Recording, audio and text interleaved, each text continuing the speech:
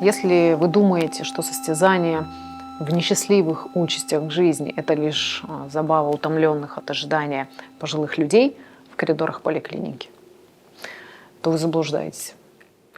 Если вы думаете, что каждое заявление человека о его желании, стремлении к счастью несет в себе искренность, вы ошибаетесь.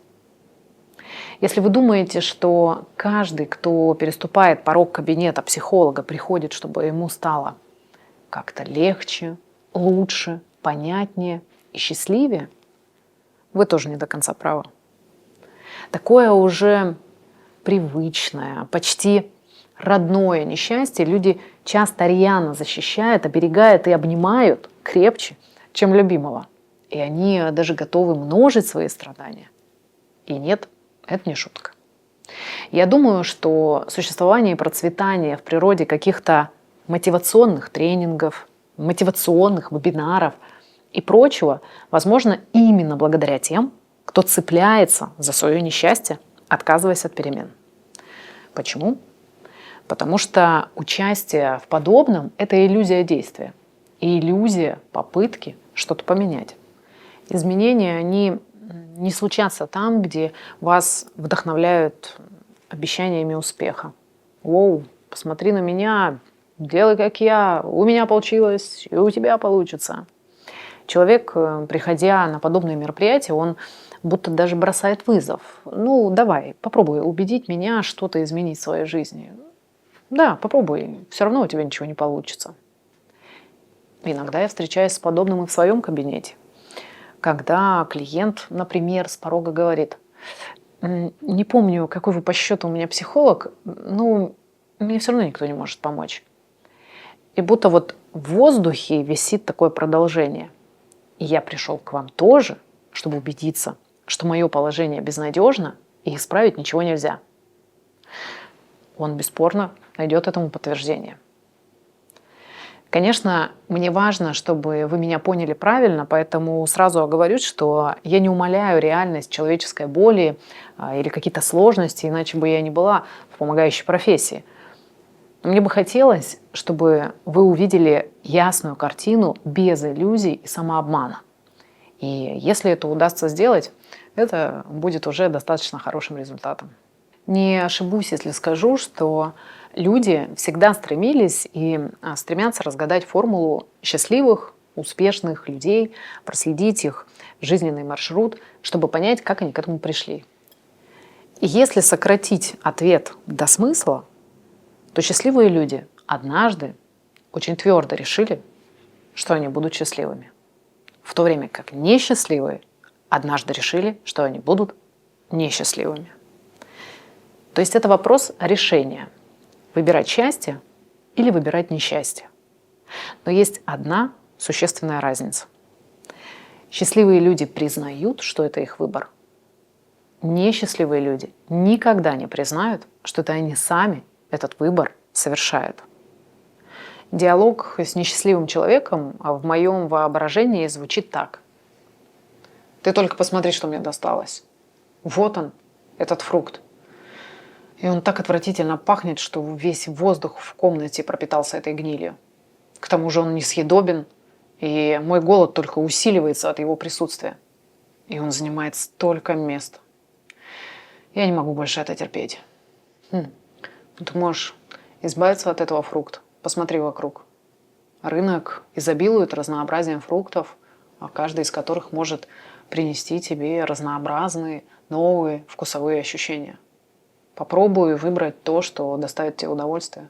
Возможно, если его правильно приготовить, он все-таки станет съедобным. Я не буду торопиться, тем более я уже настолько привыкла к нему, он стал частью моей жизни. К тому же поздно на улице, наверняка все рынки уже закрыты. То есть, чтобы удержаться на троне несчастья, вы выбираете людей по принципу недостающего пазла. Тех, кого вы щедро одариваете качествами, которыми они, увы, не обладают. Вы уверены, что сможете исправить то, что вам не нравится в другом человеке. Взрастить в нем то, чего нет, поливая его водой своих ожиданий. Фрукт изменится, станет съедобным. Надо еще чуть-чуть подождать. Вам не интересно видеть правду. Вам нравятся свои фантазии. В целом, чтобы оставаться несчастным человеком, достаточно всегда отдавать предпочтение иллюзорной надежде, а не реальным действиям. Вот она, мантра страдальца. То есть перед вами тысяча и тысяча дорог, а значит и вариантов будущего, но вы крепко приковываете себя к одному единственному. И тут несчастливый человек выпрямится во всем своем мученическом величии и скажет: минуточку, а где гарантия, что другое решение будет не хуже этого? Что, если новый путь приведет к еще большим страданиям? Будто и впрямь жизнь может давать какие-то гарантии. Будущее – это всегда территория неизведанного. Выбираете вы оставаться в этой ситуации или делаете другой выбор. Гарантий нет и в том, и в другом выборе. Но для любителя драматургии рассуждать в контексте «а вдруг?», где каждый сценарий хуже предыдущего и никакой выбор не ведет к счастью, дело привычное. И если уж речь зашла о будущем, то давайте признаем явное. Несчастные люди – это такие архивариусы собственных неудач и утрат. Вы с удовольствием перебираете, смакуете все свои прошлые сложности, травмы.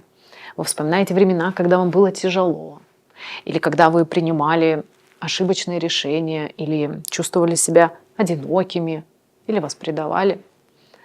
Вы увидите в своем прошлом не просто отдельные события, а прям зловещую череду несчастий.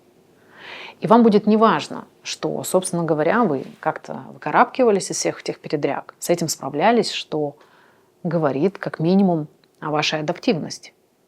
Вам не важно, что прошлое не определяет будущее. Нет, это вам будет безразлично, ведь куда приятнее утопать в море былых бедствий, упиваясь своей жертвенностью. Жертвенность. Конечно, несчастные люди преподносят себя в жертву на алтарь чужого благополучия. Ваша цель – служение интересам тех, кто вас окружает. Будь то дети, любимый человек, босс или друзья. Смотрите, как я отдаю последнее. Я жертвую своим временем, здоровьем, своим счастьем ради вас.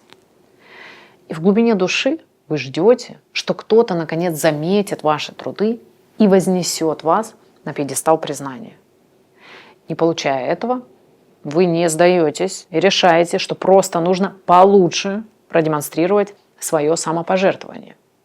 Если не получаете вновь, вы злитесь, жалеете себя, но выбираете заходить на новый круг, всякий раз отодвигая свои потребности на последнее место. Потому что как же эти люди справятся без вас? Что же получается? Вам нужно признать, что взрослые отдельные люди могут вполне себе справляться со своей жизнью, со своими чувствами самостоятельно без вас? Нет. Это понизит вашу самооценку, и без того базирующуюся на сравнениях. Конечно, несчастные люди любят игру в сравнения. Знаете, вы в этом можете напоминать бухгалтеров, которые сводят дебет с кредитом. Только вы подсчитываете свои потери, недостатки, то, чем вы недовольны, с чужими активами. Это такое самобичевание за то, что вы не такие успешные, не такие красивые, не такие умные, как сын маминой подруги, или тот парень с обложки, или та девушка из социальной сети. Выиграть в сравнении будет никогда невозможно. Вы ведь находите для сравнения не абы кого, а кто впереди вас. А кто позади, вы его просто не замечаете. И каждый раз, проигрывая в этом безумном марафоне сравнений, вы торжественно себе обещаете вступить в ряды идеальных. И вашим кредо становится абсолютное совершенство во всем, будь то завязывание шнурков или создание презентации. Недочеты, ошибки недопустимо для вас. Уж Лучше погибнуть в бою с собственными ожиданиями, чем позволить себе малейшую уступку. И чтобы достичь планку совершенства, вы скупаете все возможные курсы. Все, что увидите на своем пути. Вам-то надо, вы это берете. Как готовить самый вкусный омлет, как поднять чек на свои услуги, как вести сторис, курс по стилю. Берете все. Конечно, не успеваете все это проходить, но стремление к совершенству важнее. Несчастливый человек отрицает простые решения, заявляя: это не сработает, это слишком очевидно, не приложив ни малейшего усилия к проверке метода. Слишком просто, чтобы быть правдой, презрительно морщится несчастливый человек. И вы ищете ответы, скрытые где-то вот на дне океана глубокомыслия, отмахиваясь от того, что порой истина лежит прямо у вас под носом. Но признать это что? Это значит утратить статус мученика, а ведь вы столько его удерживали. Зря, что ли, все это было. Вы запрещаете себе надеть белоснежный костюм осенью и выбираете путь самоограничения, потому что, какая в белом костюме практичность, когда кругом грязь? К тому же взгляды прохожих – это совсем не то, что вам нужно. Правда, зачем слышать свои желания и быть свободным, если можно придумать столько ограничений, запретов и верить в них? Вы не позволяете себе проживать определенные чувства.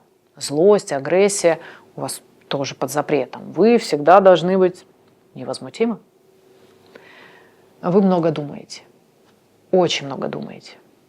Обдумываете до такой степени, что на действие силы энергии у вас уже не остается. Вы выбираете жить в мире иллюзий и вот так прям виртуозно жонглируете фантазиями, избегая столкновения с реальностью и правдой. Правильно. Чем больше вы будете фантазировать относительно своего положения, избегая правды, тем дольше вы будете удерживать свой статус-кво, свое несчастье. Вы мастерски игнорируете комплименты и успехи, отбиваясь от них, как от насекомых, которые нарушают ваш покой. И, конечно, ваш арсенал эмоционального самоистязания, он настолько богат, что вы можете самостоятельно продолжить этот список. Благополучно утвердиться в своем статусе несчастливого человека без намека на изменения. И в этом марафоне статичности вы чемпион. Хотя бы в этом вам можно не сомневаться и не искать подвох. Не мастерство ли?